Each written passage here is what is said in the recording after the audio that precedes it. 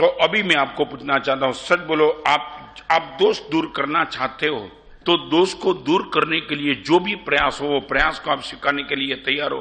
Repeat, bypass का operation मैंने करवाया, वेदना बहुत थी, फिर भी मैं गया क्योंकि मैं चाहता था कि ये मेजर ऑपरेशन होने के बाद मेरा स्वास्थ्य बना रहेगा। आपको यदि लगता है दुख को दूर करने के लिए ऑपरेशन की पीड़ा सहन करनी पड़ती है, तो दोष को दूर करने के लिए कौन सी पीड़ा सहन करने के लिए वी आर रेडी। आपको पूछना चाहता हूं, दुख को दूर करने के लिए ऑपरेशन की पीड़ा सहन करने की तैयारी है, दोष को दूर करने के लिए कितनी पीड़ा सहन करने की हमारी तैयारी है।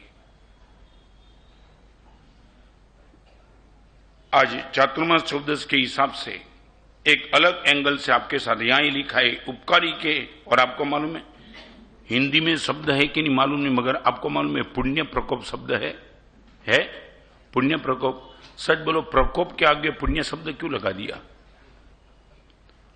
प्रकोप पुण्य का कारण होता है, प्रकोप पुण्य प्रकोप, हाँ क्या है? तो प्रकोप विनाश का कारण होने के बावजूद आगे पुण्य शब्द क्यों लिखा दिया? पुण्य प्रकोप, प्रकोप बोलना काफी था ना, तो पुण्य प्रकोप शब्द क्यों लिखा? आपने कभी इस पर ऑब्जर्व किया कि प्रकोप इतना भयंकर है तो पुण्य प्रकोप शब्द, प्रकोप को पुण्य शब्द लगाना माने क्या वो धर्म का कारण है? वहां एक हमारे भाई क्लैरिफिकेशन किया है, आम आदमी का जो होता है प्रकोप होता है और उपकारी का जो होता है वो पुण्य प्रकोप होता है।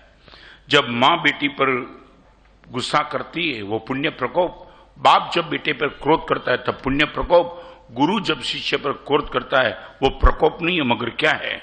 पुण्य प्रकोप। माने पुण्य के लिए प्रकोप, धर्म के लिए प्रकोप। यदि गलत ट्रैक पे जाने से उनको रोकना है और यदि ये प्रकोप करते तो उनके प्रकोप को प्रकोप नहीं किया मगर पुण्य प्रकोप किया। मैं आपको पूछना चाहता हूं, सच बोलो, आप प्रकोप के खिलाफ हो कि पुण्य प्रकोप के भी खिलाफ हो?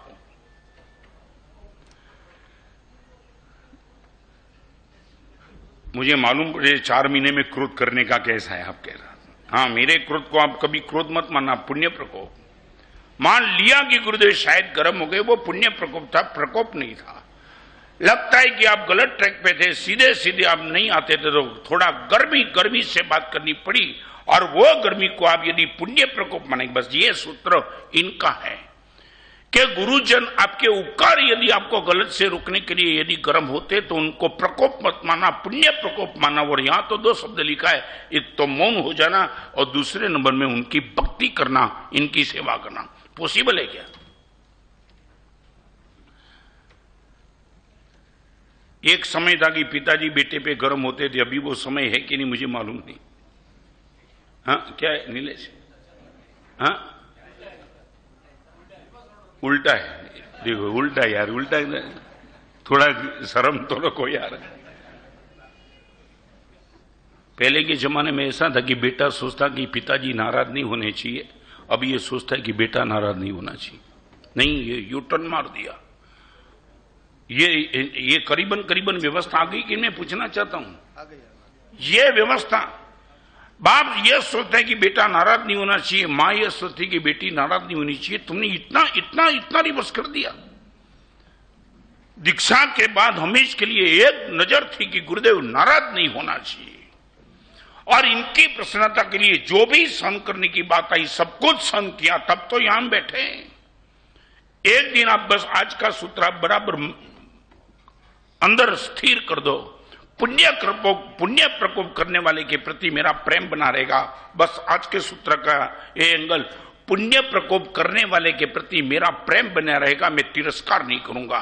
चाहे मेरे पिताजी हो, चाहे मेरी मां हो, चाहे मेरा गुरु भगवान हो, और चाहे मेरा कोई कल्याण मित्र हो जिसने मुझे रोकने के लिए गर्मी से कहा, चाटा भी मार दिया, हरामखोर नहीं जाने दूंगा। इनके प्रति मेरा प्रेम निश्चित तौर से बना रहेगा।